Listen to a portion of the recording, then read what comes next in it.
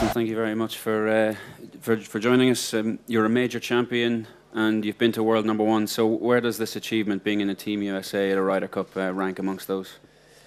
Well, it's so different, you know, being a team event and everything. But I mean, this is something that I've been looking forward to, something I've wanted to accomplish since I was a little kid. You know, I was very fortunate to go to some Ryder Cups when I was a kid with my dad working for the PGA. So I've seen 3 in person. One of which was in Wales when I played the Junior Ryder Cup. So I've seen it from the other side of the ropes, and I'm very, very happy and excited to be on this side of the ropes. And you've seen plenty of this golf course over the summer. How is it looking this week in comparison to the other times you've seen it? It's good. It's almost identical in terms of, I mean, the fairways are the same width. The rough is, it was very similar in terms of there's the first cut, there's the second cut, which there's maybe 4 or 5 yards of, and then it's the long stuff. The only difference was it was a lot longer at the French, but it was more burnt out. So you could every once in a while get a lie, but it was a lot longer. But now it's probably half the length, but it's a lot thicker, a lot more lush, just given the time of the year, obviously. So a fairway was a premium then, and fairways is still a premium now. Thank you very much, Justin. We're going to take it to the floor. We'll start with Doug in mic number 3. Is this your 3rd or 4th Ryder Cup? Attending? Yes. My 4th. What was the other one? Valhalla, I went to Oakland Wales. Hills. Oakland I was like, Hills. what was that, in like 02? 04? You were 11? Yeah. What is your favorite memory at a Ryder Cup as a teenager? I mean, the Junior Ryder Cup, when we were able to go play that friendship match at Celtic Manor. We played at Glen Eagles for the Junior Ryder Cup, and then we went over and we played 9 holes on the course that they played the Ryder Cup. That was pretty sick. I mean, all the experiences at Valhalla and the access that I had at the age that I was probably cooler, you know, having access to the team rooms, or, you know, not the actual team room, but a lot of the team functions, you know, maybe the after party kind of thing, and just stuff like that, to where I would have never been able to do that anywhere else other than Louisville, probably, and when my dad was on the board when he was, but playing those 9 holes for that friendship match at Celtic Manor and seeing the players and you know, a lot of guys that are my teammates this week, it's pretty cool. Thanks, Doug. We're going to go to mic number 1 in the middle. Justin, do you feel like a rookie this week? And if you've gotten any at all, what would be the most interesting piece of advice that you've gotten? Yeah, I've tried to ask some questions, but not. I'm trying not to overthink it, if that makes sense. You know, it's still, I think it's so easy to do in not only golf but in match play. You know, it's so easy to overthink the pairing, so easy to overthink the odds and the evens, or what hole do you want to go first, when at the end of the day it's like, look, if we play better golf than they do, we're probably going to win. If they play better golf than we do, they're probably going to win. It's still golf. You know, you still have to hit in the fairway, you still have to hit on the green, you still got to make the putt and have a lower score than the other team on the hole. So I'm just trying to take that information in terms of, it's still golf. I just need to go out and I need to control what I can control, and everything else is out of my hands. Okay, we're going to go to mic number 4 with Steve. Could you play 5 matches, and what is the status of your wrist? Could I play 5 matches? I'd play 6 if I could. No, the wrist, it's fine. Like I said last week, it looks worse than it is. It's just, it's the white tape on top of the KT tape is just more, it's prevention. It's something to where it's not going to get any worse, and it's not, I could easily play without it, but my team feels that it's best if I play with it, because it's not, you know, it's not going to get worse with how it is. So it's fine. You know, it didn't hurt last week, which was great. It has not influenced any of my shots that I've had, which is most important. But at the end of the day, if Cap needs me to go 5, I'll go 5. If he needs me to go 2 or 3, I'll go 2 or 3. Whatever it is, I'm gonna be ready to go. And Ewan in number 1. Justin, this golf course, and you obviously know it better than a lot of your teammates, does it favour the European team the way it is and the way it's set up, or is that not really a valid statement? I think that's what's great about this golf course. And I was in here when, sorry, I don't know who asked about the comparison of Sawgrass in here, but there's a reason why a place like Sawgrass has had so many different winners, because it doesn't favor somebody. It just favors whoever's playing better. And I think that this course is the exact same way.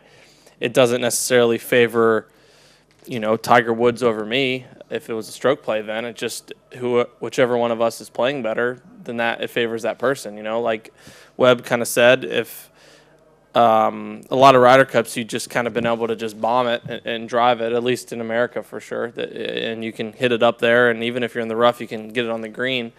But this course takes driver out of your hands for everybody. It's not like, you can't go up on number one and hit drive. I guess you could hit driver. Or you can't go on number 5. I think it is at Dogleg Right. I mean, you can't hit driver there.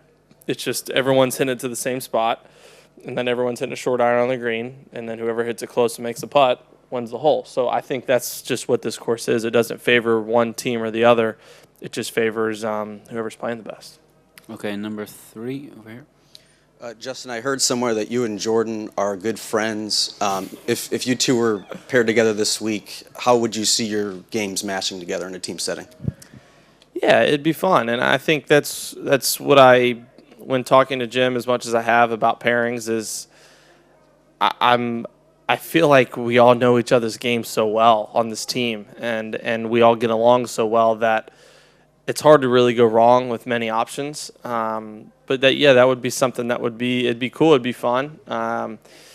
It'd be something to where, like with Ricky, for me, at the President's Cup, we know each other's games well enough that you almost have another caddy if you need it. It's like, hey, say he hits first and he hits 7-iron and it's just a little short, he can look at me and say, it's a perfect 7-iron. He knows that. And that may be something that doesn't seem like a big deal to others, but it's a pretty big deal at the, in the grand scheme of things. So I think it's, it could be something that could be fun, but you just, kind of wait and see, I guess. Okay, number 1 here in the middle. Yes, as a rookie, which seems amazing to me, but anyway, after in Riviera, you and Roy were saying after you finished your round with Tiger there, and I was listening to this, how much you thought that he lost to the field. Now look at the galleries and also the size of all the stands. This is your first Ryder Cup. How do you think that's going to play for you? Well, not to be rude, but he said that. I was there, obviously, but he was the one that definitely said that it feels like it adds strokes. I don't know how he's done that his whole career. I think is more so what I said. I understand exactly what you're saying. It is unbelievable playing with Tiger, and this is far and away any crowd of a normal PGA Tour event with Tiger. So it's it will be great, but it'll be fun. It'll be that fun, nervous. It'll be that adrenaline nervous. That it's kind of like at Phoenix. There's so many people and there's so much noise that it all cancels out. When you have 1,000 people and 5-10 people make noise, you can hear it. When you have 5 to 10,000 people on a hole and that percentage of people make noise, it's just kind of a buzz. Does that make sense? So, but no, it will be new to me. Like you said, I am a rookie, and it's going to be something that I'm going to need to have really, really good control of my emotions this week, because I am an emotional player and I can sometimes get a little up and down. So I need to do as much as I can to try to keep it even keel and just feed off of the energy as much as possible. Okay, going to have 2 or 3 more. 4 at the back there, please. How much shame is there having your dad be a sports writer? Pardon me? Your father being a sports writer, is there a lot of shame in that? My dad being a sports writer? Am I missing something? What? Yeah. I'll tell you later. Okay, yeah, I'm lost. I'm sorry. Okay, we'll go to number 1. Karen again. How well did you know Tony going in, and just how would you describe his personality? You guys aren't so different in age, but it's like you're in different places in your lives, it seems. Yeah, Tony's great. Tony and I went through the web.com. We graduated at the same year, so we played a handful of times that year, and he's in terms of a person, he's one of the nicest guys you'll ever meet. I actually heard someone say in the physio room a couple weeks ago that and this, Webb is viewed as one of the nicest guys on tour. That he said that, I forget who said it. They said that Tony makes Webb look like an a-hole because he's that nice. So it's he's one of those guys, and he's and Bubba, whatever. But he's someone that pairs so well with anybody just because he's easy to get along with, and who wouldn't want to play with him? His game is so fiery. It's got a lot of it just has a lot of versatility. I think that's something. When I played with him for the first couple times on tour, I was very surprised. There's a handful of guys out here, at least that I think you really kind of stop and watch every shot they hit because it's really impressive. There's a lot of guys that get it around that are top, 15, 30 players in the world, but it may not look as good. But Tony is someone it goes so high and so far. He can work it both ways. He's got great hands around the greens, and he putts it really well. It's it's no coincidence that he was what he was going into Atlanta without a win. He's so consistent and such a great player. So he's definitely a great person to have on your team. Okay, we're going to have 2 more questions. Tim and JT, 3. have you done anything to get ready for that first tee shot by talking to teammates that have experienced it before? And all Europeans are leaving the impression they're pretty loose thus far. Or can that be said of the U.S. side as well? It sounds, from the stories I've heard in the past, there's nothing I can do to get ready for the first tee shot. I've heard multiple stories of guys going to the first tee saying they have odds and stepping up there and saying, I can't pull the trigger, you need to take it. So if I do end up being odds with whoever my partner is, I hope that I don't have that problem. But again, that's a good kind of nervousness. It's a good kind of jitters to have. So it's going to be a cool experience. The President's Cup was the President's Cup, and it's like we have 3 massive buildings around us on the first tee this week. So I'm very excited, and like I said, I'm happy to be watching this opening tee shot, whether I'm hitting it or my partner's hitting it from the first tee, is instead of a couch somewhere and watching it on TV. It definitely is going to beat that. But in terms of the vibe of our team, I think we have a very laid back, very relaxed team. Everyone's doing a great job, I think, of conserving their energy in these practice days, but also getting the work done they need to.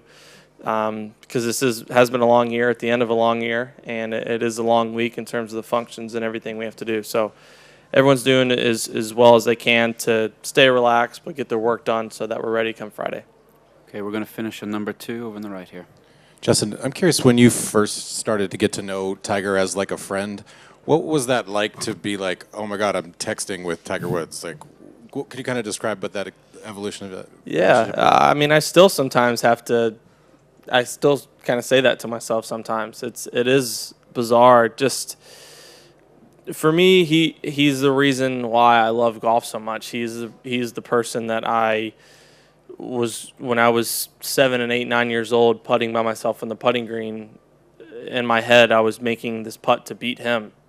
So it's, again, like a lot of guys on our team, I'm happy to have him on my team as opposed to playing against him, in stroke play events. But it's cool. I would say it was a couple years ago, probably my first Masters. I reached out to him and just talked to him about Augusta. He wasn't playing, so he was going to be helpful. It's not like it was this year or whenever he plays. His mouth kind of closes a little bit, or how much information he gives out as not quite as much. So I tried to take advantage of that time when he was hurt as much as I possibly could. So I think that, and during that process, I wanted to be there for him as a friend or as somebody, because it can be the life he lives is so different than everybody else. If he gets bored, he can't go out in public and do something without getting harassed. So myself, Ricky, other guys in Jupiter, we wanted to hang out with him. We wanted to do whatever he wanted to do. And